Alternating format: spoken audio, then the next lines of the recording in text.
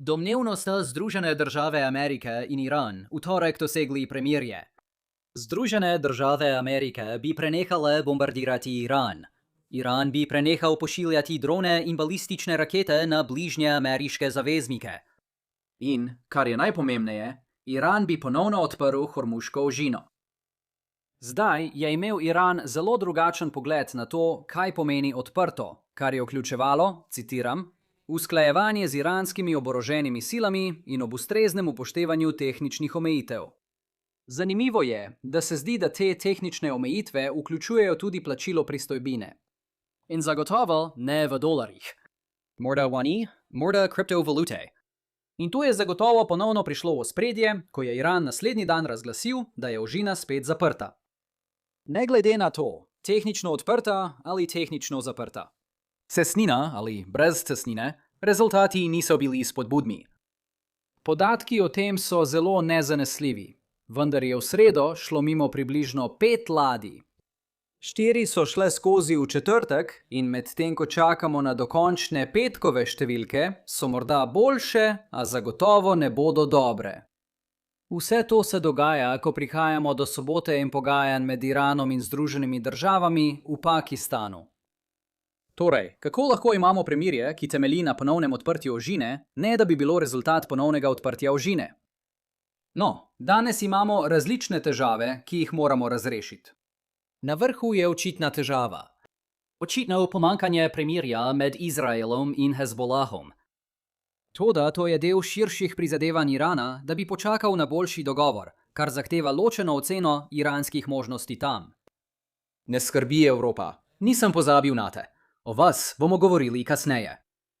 Neto bomo pogledali možnost, da notranje delitve v Iranu ohranjajo ožino še naprej nevarno. Na koncu se bomo podali v bizarni svet, kjer je mlačna prekinitev ognja povzročila, da so ladje manj pripravljene pluti skozenj, saj želijo počakati na boljšo ponudbo. Začnimo pa situacijo s Hezbolahom, ki naš zabavni mali svet v vojni spreminja v kaos, ki bi se mu zlahka izognili, če bi se lahko prijazno vrnili v geopolitiko 90-ih let. Na prvi pogled je težava v tem, da je po navedbah Bele hiše Trump razglasil prekinitev ognja v Iranu, ki zajema Iran, Združene države Amerike in, manj očitno, Izrael. To se je zdelo skladno z razumevanjem iranskega zunanjega ministra glede na njegovo izjavo za javnost. Citiram: Če bodo napadi na Iran ustavljeni, bodo naše močne oborožene sile prenehale z obrambnimi operacijami. Vendar pa je Izrael sredi posebne operacije Mul obnovil dolgoletni boj proti Hezbolahu. Hezbolah, kot iranska posredniška sila, je bil dejansko odrezan od oskrbe. Militantna skupina je postala priročna tarča, ki je Izrael ni želel izpustiti. No, po začetku premirja je Izrael začel posebej agresivno kampanjo napadov in se podal bolj na sever, kot je bilo to zgodovinsko običajno. V odgovor je Iran izjavil, da premirje zajema tudi libanonsko bojišče, s čimer se je strinjal tudi Pakistan. Zakaj bi morala biti ta osnovna točka predmet nesoglasja glede dejstev, mi ni jasno. Predvidevam, da bi morali to vprašati pogajalce in se še naprej spraševati, zakaj ne obstaja uradni dokument, ki bi določal pogoje sporazuma. To bi nam zagotovo olajšalo, da bi lahko pokazali na določen odlomek in ugotovili, kdo ima prav in kdo ne. Mislim, glejte, to je slab znak, če so vaša načrtovana pogajanja pogojena s pravili premirja, ki so bila prej sporna, poleg tega pa še s sprostitvijo sredstev, o kateri prej sploh ni bilo govora. Kar pa ni sporno, je koristnost Ground News, da ostanete prisebni. Prisebni z Ground News. Moja najljubša funkcija, Ground News, ostaja dnevni povzetek. Hiter pregled 9 pomembnih zgodb dneva, vključno z nekaterimi zgodbami, o katerih nekateri politični krogi ne poročajo. Na primer, kot je moral MQ-4C Triton dron izvesti zasilni spust. In pomaga mi tudi, da se izognem ozkemu pogledu in ujamem zgodbe, kot je načrtovano velikonočno premirje v Ukrajini. In če obiščete ground.news poševnica Lines on Maps ali skenirate QR kodov na vašem zaslonu, lahko izkoristite fantastičnih 40% popusta na paket Vantage in pridobite dostop do vseh teh funkcij in še več. Zato še enkrat hvala Ground News za sponzorstvo današnjega videa. Bili so tu zame zadnje leto in bodo tu tudi za vas. Kakorkoli, zaradi tega, kar je J.D. Vance opisal kot resnično nesporazum, je končni rezultat ta, da je Iran razglasil ožino za zaprto in s tem uničil edino stvar, ki je Združenim državam pomenila največ. Prepričati Izrael, da preneha, ne bo lahko iz več razlogov. Prvič. Obstaja dolgoletni problem, da bo Netanjahu postal tarča neskončnih tožb, če se bo izraelsko stanje nenehne vojne kdaj končalo. To ustvarja tradicionalno razlago osebnih koristi za vojno, ki nasprotuje naši osnovni predpostavki, da je vojna draga. In drugič, Izrael to vidi kot priložnost, da dokončno obračuna s Hezbolahom. Vse se je poklopilo. Iran ne more nudity neposredne podpore. Sirija je začela ukrepati proti skupini. Tudi libanonska vlada je prešla iz diplomatskega odnosa s Hezbolahom v bolj odločenega. Pravzaprav je to ista pogajalska težava, ki je prispevala k temu, da pogajanja med Rusijo in Ukrajino ne napredujejo. Rusija je bila, vsaj še pred nekaj meseci, še vedno prepričana, da Ukrajina ne more braniti svoje fronte, vendar bi imela večjo sposobnost za to, ko bi se začela prekinitev ognja. Da bi dogovor deloval, mora biti ravnotežje moči zdaj razmeroma blizu tistemu, kakršno bo po dogovoru.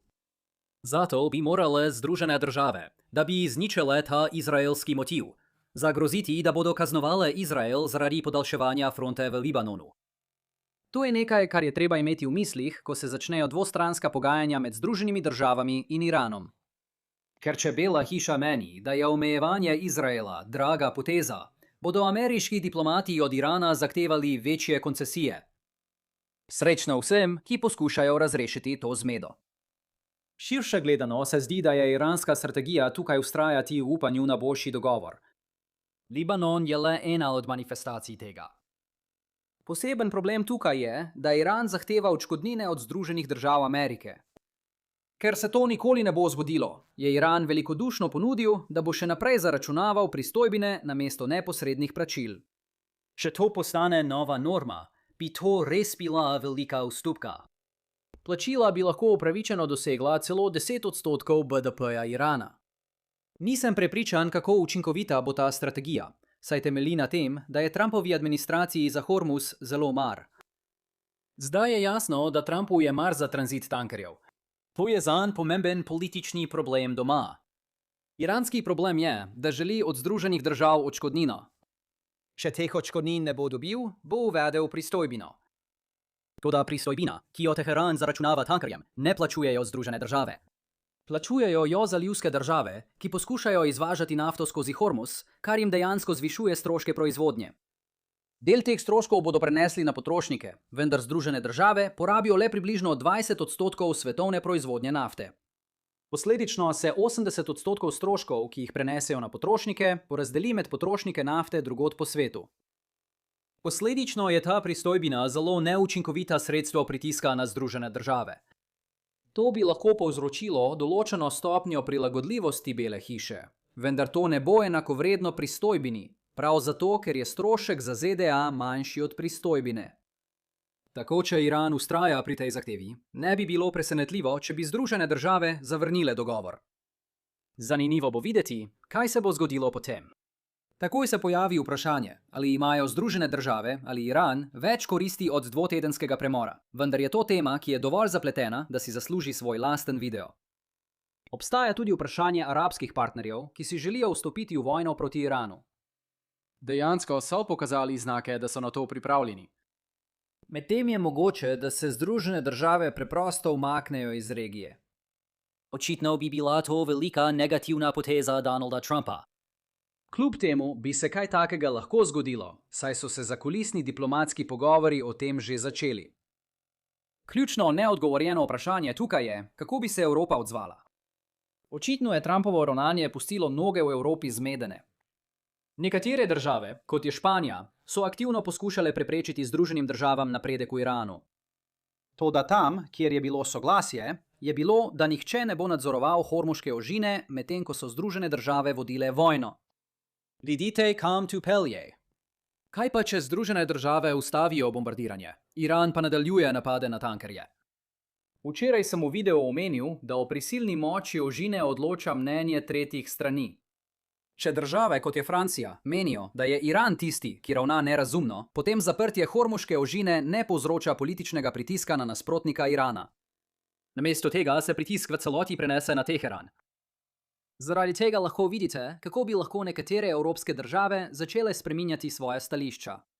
Ne zato, ker bi nenadoma vzljubile Trumpa, ampak zato, ker je Iran postal povzročitelj težav. Medtem ko čakamo, da se to zgodi, Trump še naprej namiguje, da bi se Združene države lahko umaknile. Ker če jih to prestraši do te mere, da ponudijo neko pomoč, je to z vidika Trumpove administracije zmaga. Potem pa obstaja še nekaj manj očitnih razlogov, zakaj so tankerji še vedno zadržani pri prečkanju ožine. Eden od razlogov so notranje delitve v Iranu. Ta skrb je bila očitna že od prve ure premirja. Sporočilo iranskega zunanjega ministra je predlagalo bolj konstruktivne korake za naprej, medtem ko se je vojska zdela bolj nepopustljiva glede suverenosti nad Hormuzom. Javna ugibanja o razkolu med obema so dodatno okrepili napadi dronov na Saudsko Arabijo in Združene arabske emirate. V urah po začetku prekinitve ognja, kar nakazuje, da je nekdo v Iranu poskušal spodkopati dogovor. Zdaj si predstavljajte, da ste kapitan tankerja, ki čaka v zalivu. Iran vam je dal navodila, kako varno prečkati ožino. Sledite jim in vse bo v redu. Ali zaupate, da je vsak Iranec z raketometom v skladu s temi pogoji? Če ne, potem boste morda želeli zadržati svoj tanker v varnejših vodah. Težko bo čez noč spremeniti mnenje teh kapitanov.